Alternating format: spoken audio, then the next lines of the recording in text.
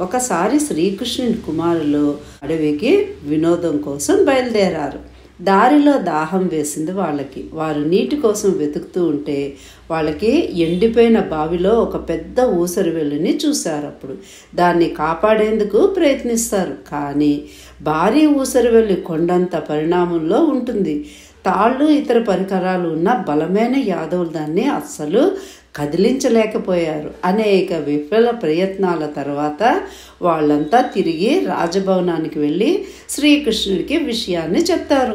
అంత పెద్ద ఊసరవెల్లి గురించి విన్న శ్రీకృష్ణుడు బావి వద్దకు చేరుకొని ఊసరవెల్లిని అప్రయత్నంగా బయటికి తీసేస్తాడు.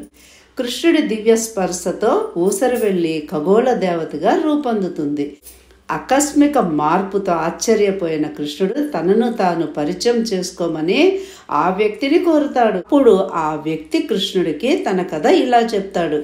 ఇతడు ఇక్ష్వాకు రాజు సూర్యవంశానికి చెందినవాడు. నుగురాజు యొక్క కుమారుడు. ఒక శుభ సందర్భంలో బ్రాహ్మణులకు గోవులను ఇచ్చే భాగ్యం కలిగింది ఆ రాజుకి.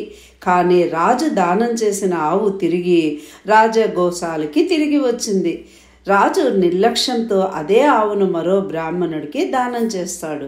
దీంతో ఇద్దరు బ్రాహ్మణుల మధ్య వాగ్వివాదం చోటు చేసుకుంది. ఇద్దరు బ్రాహ్మణులు న్యాయం కోసం రాజు దగ్గరికి వస్తారు. వారి వివాదాన్ని పరిష్కరించడంలో రాజు విఫలమైపోతాడు.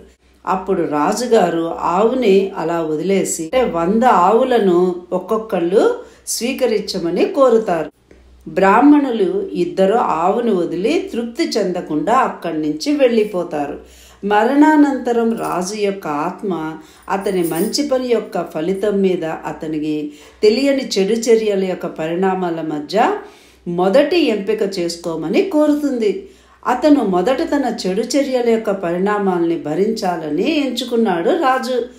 అప్పుడు యమధర్మరాజు అతని కిందకి పడవేస్తాడు. మరియు అతను భూమిపై పడినప్పుడు అతను ఊసరవెల్లిగా మారిపోతాడు ఆ రాజు.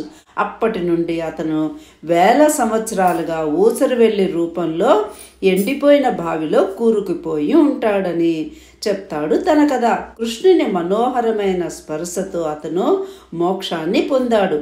నృగు దివ్య రథాన్ని అధిరోహిస్తూ స్వర్గలోకానికి చేరుకున్నాడు. అసలు తెలియకుండానే రాజు తన ప్రజలను సంతోషంగా ఉంచలేకపోయాడు. ఒక మంచి రాజుగా తన ప్రజలను సంతోషంలో ఉంచటం, వారి రక్షకుడుగా ఉండటం మరియు మొత్తం పరిస్థితిలో బాధ్యతాయుతంగా ఉండటం అతని కర్తవ్యం కదా. రాజు కూడా పరిణామాల నుండి తప్పించుకోలేకపోయాడు కదా. దీన్ని బట్టి మనకి ఏమి అర్థమైంది? మనము తెలిసి తెలియక చేసినా కూడా ఆ పాప ఫలితాన్ని మనం తప్పకుండా వడ్డీతో పాటు అనుభవిస్తామని ఈ కథ మనకి తెలియజేస్తోంది.